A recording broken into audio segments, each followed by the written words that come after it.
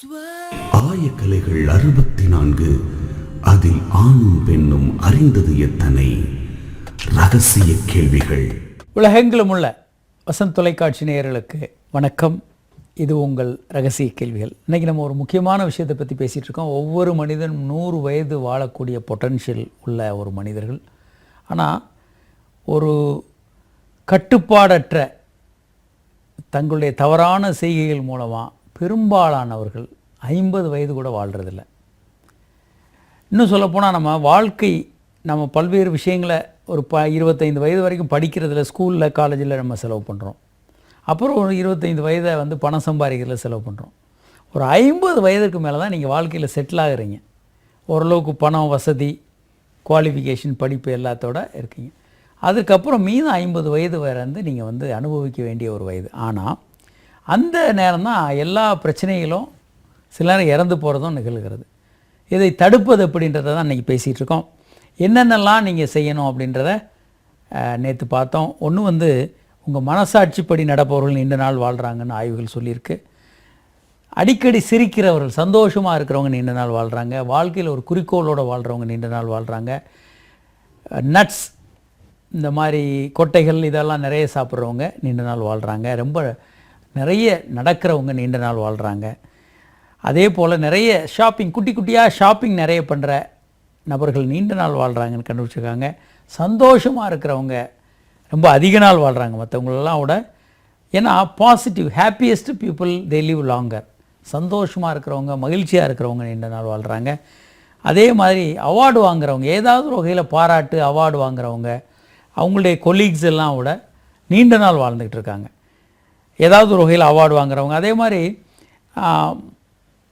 ஹில்ஸில் வாழ்கிறவங்க, மலைகளில் வாழ்கிறவங்க, உயரமான ஆல்டிடியூடில் வாழ்கிறவங்க நீண்ட நாள் வாழ்கிறாங்க சராசரி மனிதனை விட. அதே மாதிரி மற்றவர்களுக்கு தீங்கு செய்யாதவர்கள், நற்பண்பு உள்ளவர்கள், மற்றவங்களை கொடுமைப்படுத்தாமல், மற்றவங்களை டார்ச்சர் பண்ணாமல் இருக்கிறவங்க நீண்ட நாள் வாழ்கிறாங்க. அதே போல் தன்னை பேணி பாதுகாக்கிறவங்க நீண்ட நாள் வாழ்கிறாங்க. இதெல்லாம் நம்ம ஏற்கனவே பார்த்தோம். ஸோ இன்றைக்கி புதிய விஷயங்கள் பார்ப்போம். மொத்தம் 100 விஷயங்கள் ஆய்வாளர் கண்டுபிடிச்சிருக்காங்க. நீண்ட நாள் வாழ்கிறவங்க, 100 நாட்கள் வாழக்கூடியவர்கள் செய்யக்கூடிய 100 விஷயங்களை பற்றி இப்போ பார்த்துட்ருக்கோம். அடுத்ததாக யாரெல்லாம் சமையல் வீட்டில் தொடர்ச்சியாக வாரத்துக்கு 5 நாட்களாவது செய்கிறாங்களோ அவங்க நீண்ட நாள் வாழ்கிறதாக ஒரு ஆராய்ச்சி முடிவுகள் வந்திருக்கு. ரொம்ப ஆராய்ச்சி, ஆச்சரியமான ஒரு விஷயம். 2012 இந்த ஆய்வுகள் வந்திருக்கு. பப்ளிக் ஹெல்த் நியூட்ரிஷன் அப்படின்ற ஜேர்னலில் வந்திருக்கு. கிட்டத்தட்ட 1888 ஆண் பெண் 65 வயது வரை வாழ்ந்தவர்களை வச்சு இந்த ஆய்வு நடத்தியிருக்காங்க. வீட்டில் குறைந்தது வாரத்திற்கு 5 நாட்களாவது சமையல் செய்கிறவங்க நீண்ட நாட்கள் உயிர் வாழ்கிறாங்கன்னு கண்டுபிடிச்சிருக்காங்க. ரொம்ப இன்ட்ரெஸ்டிங்கான விஷயம். 13வது விஷயம் என்னென்னா, யோகா பயிற்சி பண்ணுறவங்க நீண்ட நாட்கள் வாழ்கிறாங்க. 100 வருடங்கள் வாழ்கிறதுக்கு வாய்ப்பு அதிகம். ஸோ டெய்லி யோகா ப்ராக்டிஸ் பண்ணுங்கள். ரொம்ப நீண்ட நாட்கள் சந்தோஷமாகவும் உடல்நலத்தோடும் வாழ முடியும். பல பேர் 95 வயது வரைக்கும் யோகா ப்ராக்டிஸ் பண்ணுறவங்க வாழ்கிறாங்கன்னு கண்டுபிடிச்சிருக்காங்க. அதே போல் ஒரு பாசிட்டிவ் அவுட்லுக், ஒரு சந்தோஷமான நேர்மறையான மனநிலையோடு இருக்கிற ஆண்கள் நீண்ட நாள் வாழ்கிறாங்க. இது ஒரு பெரிய ஆய்வில் கண்டுபிடிச்சிருக்காங்க. கிட்டத்தட்ட 100 வயதை தாண்டிய 243 பேரை பார்த்தா இவங்க எல்லாருமே வாழ்க்கையை பற்றிய ஒரு பாசிட்டிவான, சந்தோஷமான ஒரு அவுட்லுக் உள்ளவர்களாக இருக்கிறாங்கன்றத, ஈஸி கோயிங், வாழ்க்கையை எளிமையாக எடுத்துக்கிட்டு சந்தோஷமான மனநிலை உள்ளவர்களாக இருக்கிறாங்க.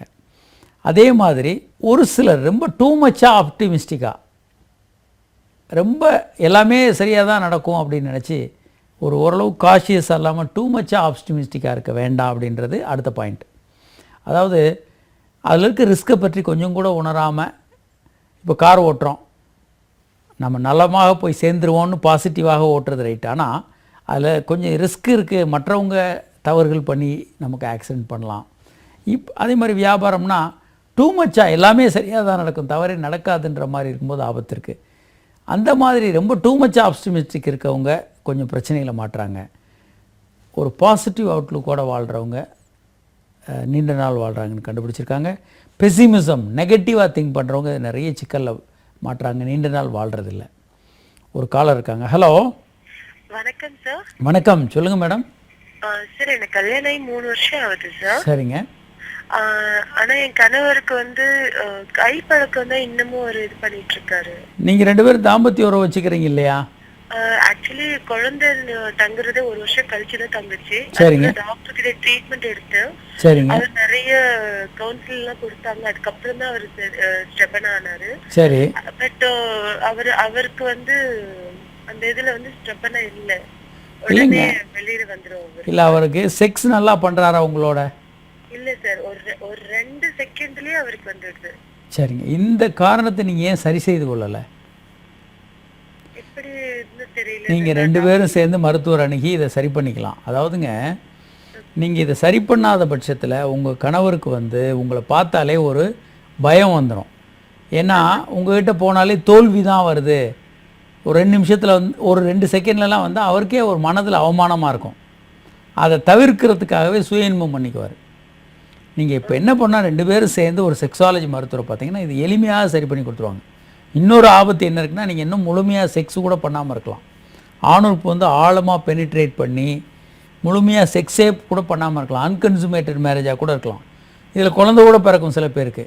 ஆனால் இன்னும் முழுமையான செக்ஸில் ஈடுபட்டிருக்க மாட்டாங்க. அதே மாதிரி ஆக்சுவலி சார் அவரோட பாயிண்ட் சின்னது பெருசுன்ற வித்தியாசம் இல்லைல்ல சார். ஏன்னா அவருக்கு ரொம்ப ஷார்ட்டாக இருக்கும். சில பேருக்கு உறுப்புகளில் வித்தியாசம் இருக்குங்க, சின்னதாக இருக்கலாம். ஆணுறுப்பு ஆழமாக அடிவயிறு வரைக்கும் உள்ளே போகிற மாதிரி ஃபீலிங் இருக்கா உங்களுக்கு? இல்லை சார். அதாங்க உங்களுக்கு பிரச்சனையே வேறங்க. நீங்கள் இன்னும் முழுமையான செக்ஸே பண்ணலை. உங்களுக்கு குழந்தை பிறந்திருந்தாலும் ஆணுறுப்பு டீப் பெனிட்ரேஷனோட செக்ஸே பண்ணியிருக்க மாட்டீங்க.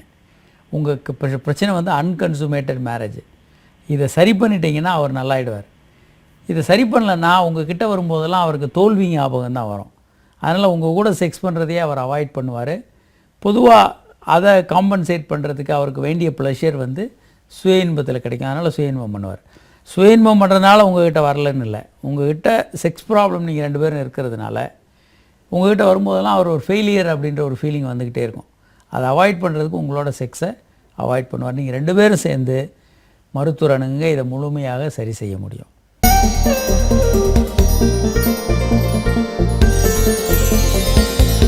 ரகசிய கேள்விகள் இடைவேளைக்கு பின் தொடரும்.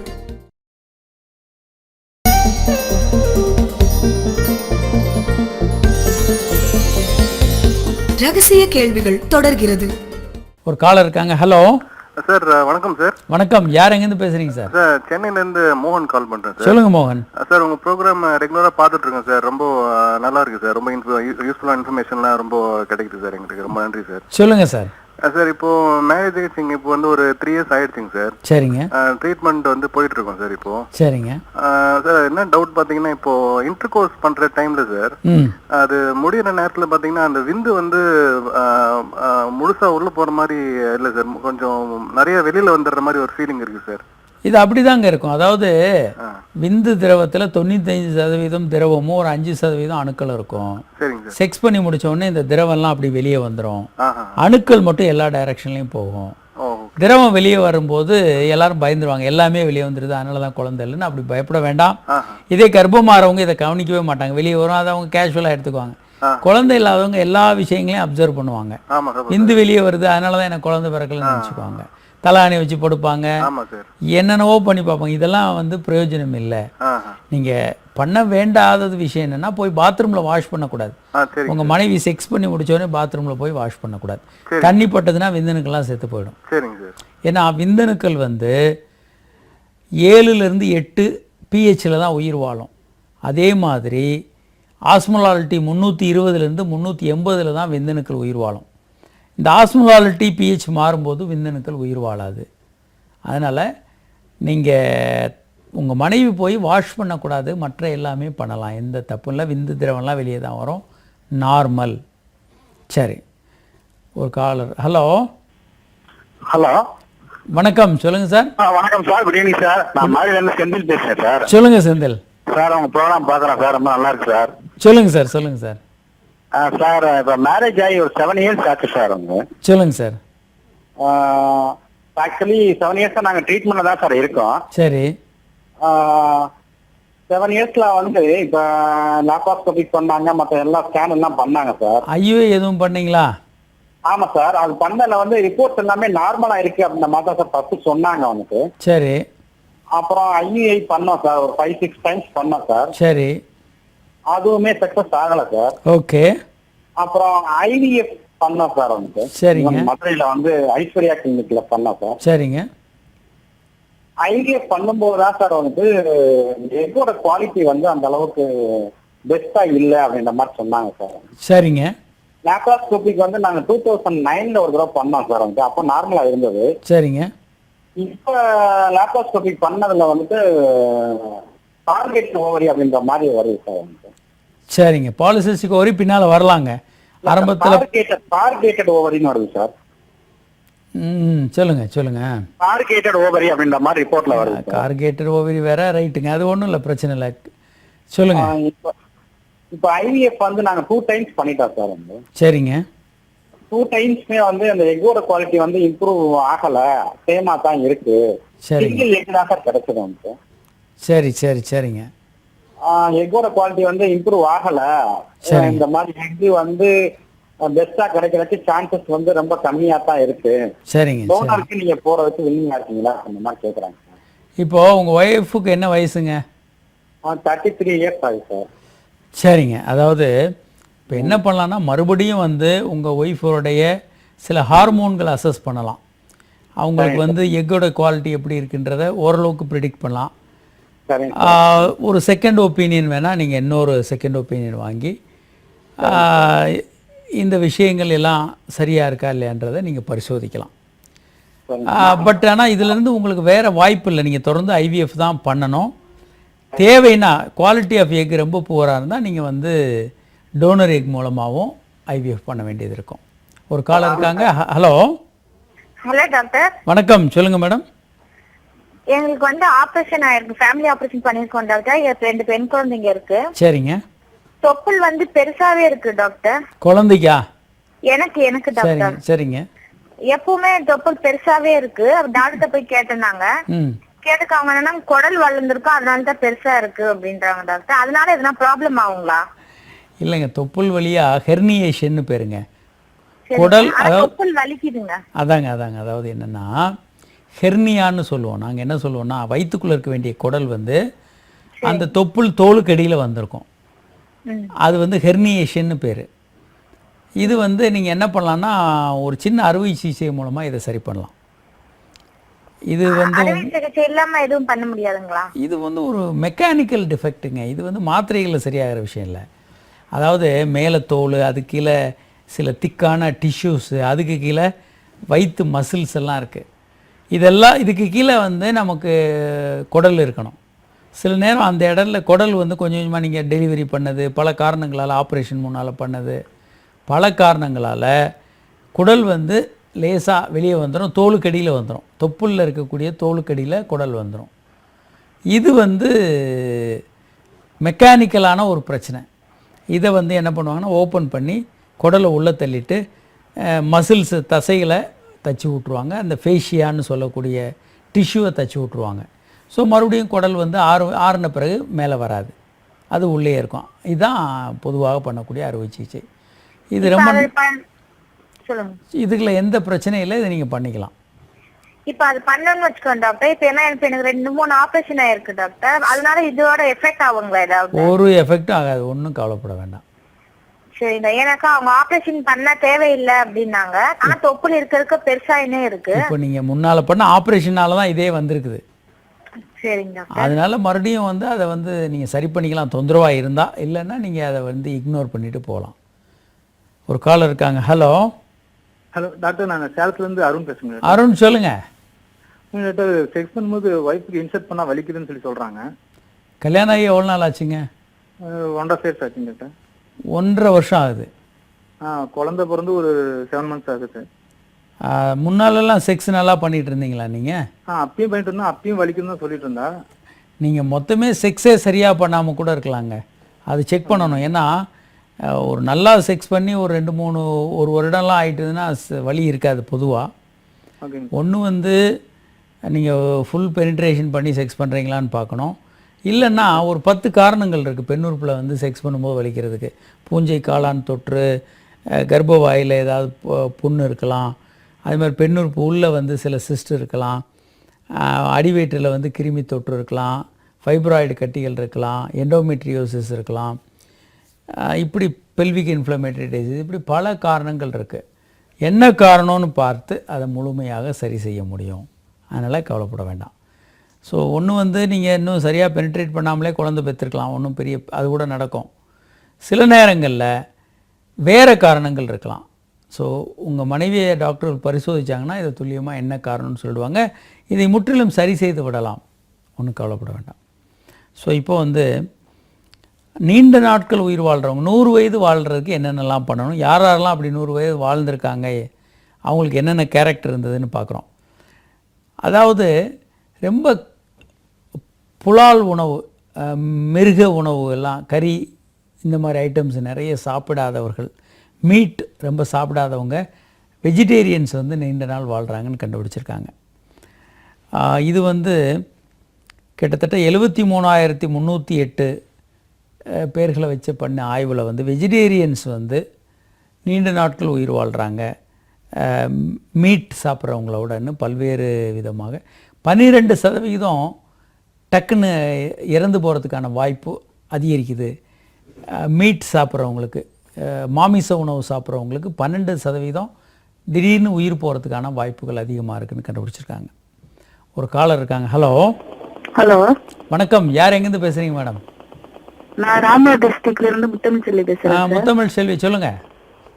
இது எனக்கு மேரேஜ் ஆகி 2 குழந்தை இருக்கு. வெரி குட், சொல்லுங்க. இது வெள்ளை அதிகமா படுது. சரிங்க. என்ன எதனால அந்த மாதிரி தெரிஞ்சுக்கலாமா? பல பேருக்கு பெண்களுக்கு பொதுவாக வெள்ளை இருக்குங்க, வெள்ளைப்படுங்க. ஏன்னா ஒரு கொஞ்சம் குறைந்த அளவு வெள்ளைப்படுறது ரொம்ப இயல்பானது. ஆனால் பெண்களுக்கு ஃப்ரீக்குவெண்ட்டாக வந்து பூஞ்சை காளான்னு வந்துடும். நீங்கள் கணவரோட செக்ஸ் பண்ணிங்கன்னா பூஞ்சை காளான் வரும், தீட்டு வந்தால் பூஞ்சை காளான். ஏன்னா தீட்டு வரும்போது அதில் இருக்கக்கூடிய காரத்தன்மை, பிளட்டில் இருக்க காரத்தன்மை இருக்கும், அது வந்து பெண்ணுறுப்பில் இருக்கக்கூடிய அமிலத்தை எடுத்துகிட்டு வந்துடும், பூஞ்சை காளான் உள்ளே போயிடும். அதே மாதிரி செக்ஸ் பண்ணும்போது உங்கள் கணவருடைய செமனில் வந்து காரம் இருக்கும், அது அமிலத்தை எடுத்துரும். இந்த காரணங்களை தவிர ஆசனவாய் பக்கத்தில் இருக்குது, அங்கேருந்து கிருமிகள், நீங்கள் டாய்லெட் போகும்போது வாஷ் பண்ணும்போது அங்கே இருக்க கிருமிகள் ஈஸியாக வந்து பெண்ணுறுப்பு போய் அங்கே கிருமிகள் வரலாம். அதை தவிர அது வந்து ஓப்பன் வெட் ஹோலாக இருக்கிறதுனால பல காரணங்களால் அங்கே கிருமிகள் தொற்று ஈஸியாக வரும். இதெல்லாம் சேர்ந்து அங்கே வந்து ஒரு ஒயிட் டிஸ்சார்ஜ் வரலாம். கர்ப்பப்பை வாயில் வந்து டிஸ்சார்ஜ் வரலாம், புண்ணுனாலேயும் இந்த மாதிரி கிருமிகள் வரலாம். அதே மாதிரி பால்வினை நோய்கள், நிறைய காரணங்கள் இருக்குது. இதை வந்து என்ன காரணம்னு கண்டுபிடிச்சி முற்றிலுமாக சரி செய்ய முடியும். ஒரு காலர் இருக்காங்க. ஹலோ. ஹலோ, வணக்கம் சார். வணக்கம், சொல்லுங்கள் சார். சார், மேரேஜ் ஆகி 2 மாதம் ஆகுது. சொல்லுங்கள் சார். நானும் என் மனைவி உடல் உறவு கொண்டு கொஞ்ச நேரம் ஆனோடனே விந்து வெளியே வந்துடுதுன்னு சொல்கிறாங்க. சரிங்க. அதான் என்ன ப்ராப்ளம்? செக்ஸ் முடிஞ்சோடனே விந்து வெளியே வந்துடுதுன்றது தான் உங்கள் ப்ராப்ளம். ஆமாம் சார். இது ரொம்ப இயல்பானதுங்க, இது ரொம்ப நார்மல், ஒன்றும் கவலைப்பட வேண்டாம். ஏன்னா விந்து திரவம் என்பது நேரம் எல்லாமே கர்ப்பப்பைக்கு போகாது. ஓகே. அதில் 5% தான் உயிரணுக்களுக்கு இருக்கும். அது மட்டும் எல்லா பக்கமும் நீச்சல் அடித்து கர்ப்பப்பைக்கு போகும், கருக்குழாய்க்கு போகும், கருத்தரிக்கும். Okay sir. ஆனால் 95% திரவம் வந்து பெண்ணுறுப்புக்கானது. பெண்ணுறுப்புகளில் இருக்கக்கூடிய அமிலத்தை அது நியூட்ரலைஸ் பண்ணிவிட்டு விந்தணுக்களுக்கு சக்தியை கொடுத்து வெளியே வந்துடும், அந்த திரவம்லாம் வெளியே வந்துடும். அதை பற்றி கவலைப்பட வேண்டாம்.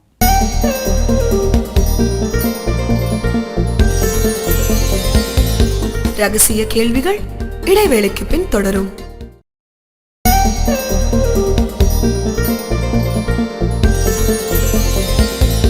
ரகசிய கேள்விகள் தொடர்கிறது.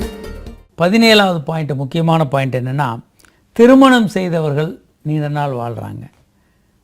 தனியாக வாழ்கிறவங்களோட, திருமணம் செய்து மனைவி கணவனோடு வாழ்கிறவங்க நீண்ட நாட்கள் உயிரோடு வாழ்கிறாங்க. இது வந்து கிட்டத்தட்ட 4800 பொதுமக்கள்கிட்ட எடுத்திய வாக்கெடுப்பில் கப்புள் வாழ்கிறவங்க வந்து நீண்ட நாள் உயிர் வாழ்கிறாங்க, தனியாக வாழ்கிற நபர்களோட. ஒரு காலர் இருக்காங்க. Hello sir. வணக்கம், நாமக்கல் பேசுகிறேன் சார். சொல்லுங்கள் சார். வணக்கம், சொல்லுங்கள். ஏஜ் 40 ஆகுது சார். மேரேஜ் பண்ணுங்க சார். சொல்லுங்கள் சார். சுகர் கம்ப்ளைண்ட் இருக்குது சார். சரிங்க. இப்போ 4 நிமிஷம் இல்லை சார். இப்போ முதல்ல டாக்டர் கன்சல்ட் பண்ண சார் நான். ஏன் இவ்வளவு நாள் கல்யாணம் ஆகாம தள்ளி போட்டுக்கிட்டே இருந்தீங்க? செக்ஸில் விருப்பத்தன்மை இல்லை, இல்லை செக்ஸ் பயம்னால தள்ளி போட்டிங்களா? ஆமாம் சார். அதாவதுங்க, அளவுக்கு அதிகமான நிறைய ஆண்கள் வந்து சுய இன்பம் இந்த மாதிரி மிரட்டல்கள் பல்வேறு பத்திரிகைகளில் இல்லை தொலைக்காட்சிகளில் வரக்கூடிய தவறான பல்வேறு நிகழ்ச்சிகளில் இந்த மாதிரி சுய இன்பம் பண்ணால் அதாயிடும் இதாயிடும் மிரட்டுறது, பயமுறுத்துறதுல பயந்து போய் இவர்களுக்கு வந்து சுய இன்பம் பற்றிய மனக்கவலை அதிகமாக, நம்ம ஒரு ஆண் இல்லை, நமக்கு ஆண்மை போயிடுச்சுன்னு நினச்சி திருமணத்தையே தள்ளி போடுறாங்க. இவங்களுக்கு பயம் அதிகமாகிடுது. வாழ்க்கையில் இவங்க செக்ஸ் பண்ணுறதை பற்றி இவங்களால் நினச்சி கூட பார்க்க முடியறதில்ல. அதனால் இப்படி பயந்து பயந்து பயந்து எல்லாத்தையும் தள்ளி போகிறாங்க. இது உண்மை அல்ல. சுய இன்பத்தினாலேயோ இயல்பாக தூக்கத்தில் விந்து வர்றதுனாலேயோ எந்த விதமான தீமையும் வராது. இது இயல்பானது. அப்படி இருந்தால் தான் நீங்கள் ஒரு ஆண்மகன்.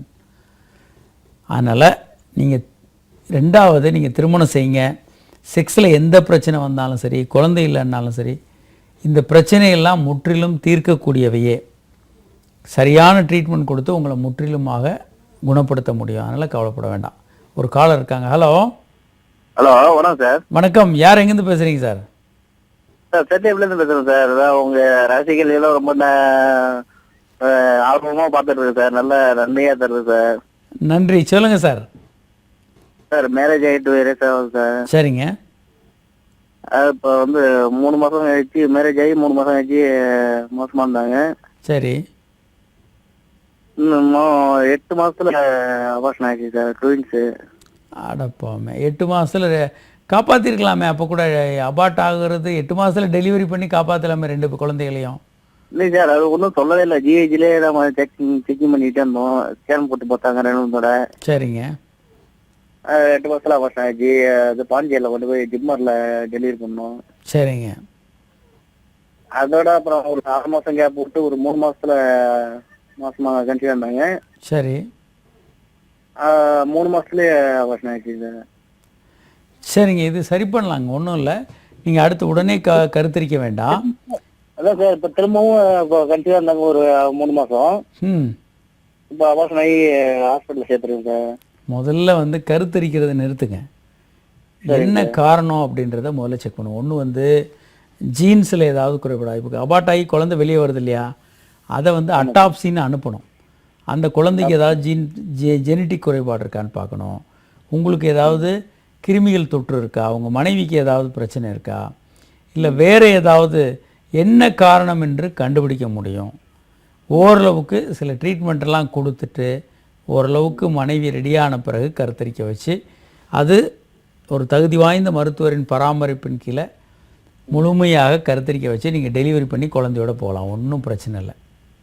அது சார் ரொம்ப கஷ்டமாக இருக்குது சார். 2 வருஷம் ஆகி திரும்ப 3 டைம் இந்த மாதிரி ஆயிடுச்சு சார். அதாங்க நான் சொன்ன மாதிரி பண்ணுங்கள். உடனே மறுபடியும் கருத்தரிக்கக்கூடாது. எளிமையான பல டெஸ்ட்டுகள் இருக்குது. எல்லா டெஸ்ட்டுகளும் பண்ணி கொஞ்சம் மருந்துகள்லாம் திறந்து கொடுப்பாங்க. எல்லா மருந்துகளையும் முடிச்சுட்டு அடுத்து மருத்துவர்கள் சொல்லும்போது நீங்கள் கருத்தரிக்கணும். டெலிவரி வரைக்கும் அவங்க மேற்பார்வையில் இருக்கணும். கரெக்டாக இருந்தீங்கன்னா கையில் குழந்தையோட போகலாம். 10 முறை இந்த மாதிரி அபார்ட் ஆகி 11வது கன்செப்ஷன் டாக்டர் சொல்லி அவங்களுக்கு அவங்க டாக்டர் மேற்பார்வையில் கருத்தரிக்க வச்சு குழந்தையோட வீட்டுக்கு அனுப்பின கேசஸ்லாம் நிறைய நாங்கள் பார்த்துருக்கோம். ஸோ நீங்கள் என்ன பண்ணுங்கன்னா, ஒரு முறையான சரியான மருத்துவர்கிட்ட போய் பார்த்து தொடர்ச்சியான ட்ரீட்மெண்ட்டில் இருங்க. திரும்ப உடனே கன்சீவ் ஆகி அபார்ட் ஆகக்கூடாது. அது ஹேபிச்சுவல் அபார்ஷன் இன்னும் சிக்கலை உண்டு பண்ணிடும். அதனால் இப்போதைக்கு உடனே கருத்தரிக்காமல் மருத்துவர் ஆலோசனையை ஃபாலோ பண்ணுங்கள். நம்ம பல்வேறு புதிய விஷயங்களையும் சொல்லிக்கிட்டே இருக்கோம். ஒரு 100 வயது வாழ்வதற்கு மனிதர்கள் என்னென்னலாம் செய்யணும் அப்படின்றத தொடர்ந்து நம்ம பேசிகிட்டு இருக்கோம். 100 வயது வாழ்ந்த பல்வேறு மனிதர்களுடைய ஆராய்ச்சிகள் பண்ணி என்னென்னலாம் அவங்களுக்கு கேரக்டர்ஸ் இருந்தது, என்னென்னலாம் குணாதிசயங்கள் இருந்தது, அவர்கள் எப்படிப்பட்ட மனிதர்களாக இருந்தாங்கன்னு ஆராய்ச்சி பண்ணி அதை பற்றி நம்ம பேசிகிட்டே இருக்கோம். தொடர்ந்து இதை பற்றி பேச போகிறோம். இன்று இந்த நிகழ்ச்சியில் பங்கு பெற இயலாத வாசகர்கள் உங்கள் கேள்வியில் எங்களுக்கு எஸ்எம்எஸ் மூலமாக அனுப்பலாம். 9841266666 என்ற எண்ணுக்கோ 9444944444 என்ற எண்ணுக்கோ உங்கள் கேள்வியில் எங்களுக்கு எஸ்எம்எஸ் மூலமாக அனுப்பலாம். அல்லது hi@drkamaraj.net என்ற மின்னஞ்சல் முகவரிக்கு உங்கள் கேள்வியில் எங்களுக்கு மின்னஞ்சல்கள் அனுப்பலாம். மீண்டும் நாளை சந்திப்போம். வணக்கம்.